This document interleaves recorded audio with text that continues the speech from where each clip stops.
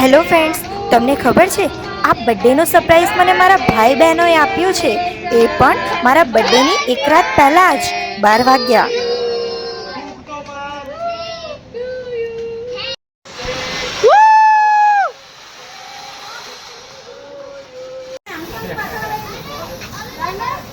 Photo दे चले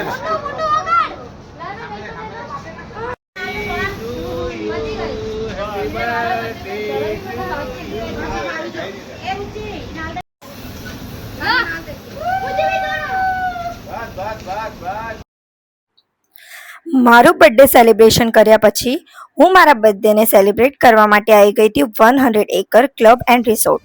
ત્યાંનું location ખૂબ જ સરસ અને સુંદર છે. તમે પણ જોશો તો તમને પણ ખૂબ જ મજા આવશે. પણ મને સૌથી પહેલાં એટલી જોરથી ભૂખ લાગી હતી, એટલે હું સૌથી પહેલાં બ્રેકફાસ્ટ કરવા માટે જતી રહી. અને બ્રેકફાસ્ટ એટલું ટેસ્ટી હતું કે મને ખાવામાં એટલી મજા આવી કે જેની કોઈ જ લિમિટ નથી. અને ત્યાં આગળ ઇન્ડોર ગેમ્સ પણ હતા, અને એમાં મેં સૌથી પહેલાં કેરમ રમ્યું, કારણ કે મને કેરમ રમવામાં બહુ મજા આવે છે. એના પછી પૂલ હતું. પૂલ રમતા મને નથી આવડતું, એમાં મારા શોટ જ નથી લાગતા.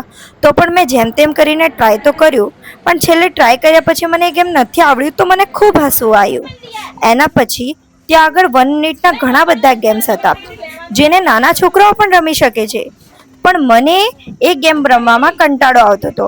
પણ એક ગેમ એવું હતું કે જે ગેમ ટૂટીવાળું હતું. એ ગેમ તો એ ગેમને કેવી રીતે આપણે ટૂટીને લઈને બટનને શ્વાસમાં ખેંચવાના.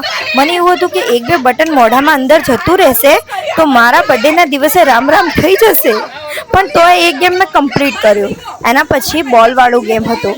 બોલવાળું ગેમ ખૂબ જ સરસ હતું, પણ એમાં મારી ફિલ્ડિંગ જ સેટ ના થઈ. એટલે પછી એ ગેમ રમવામાં પણ મને કંટાળો આવી ગયો, કારણ કે ગરમી ખૂબ જ હતી.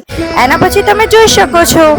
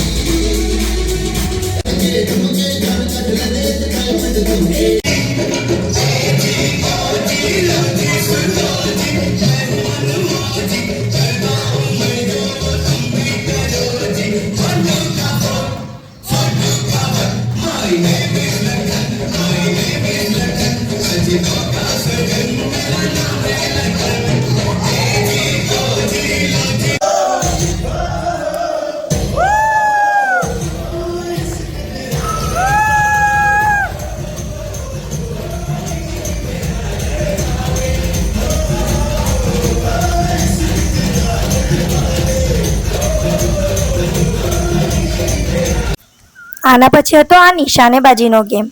એમાં પણ 3 શોટ હતા. 2 શોટ તો મારાથી લાગ્યા જ નહીં, અને ત્રીજો શોટ માંડ લાગ્યો તો એ પણ નીચે પડી ગયો.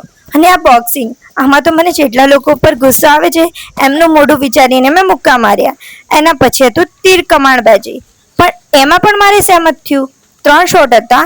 એક છેલ્લું હતું જે લાગ્યું, પણ એ પણ નીચે પડી ગયું. હવે આપણે મળીએ નેક્સ્ટ વ્લોગમાં. Thank you.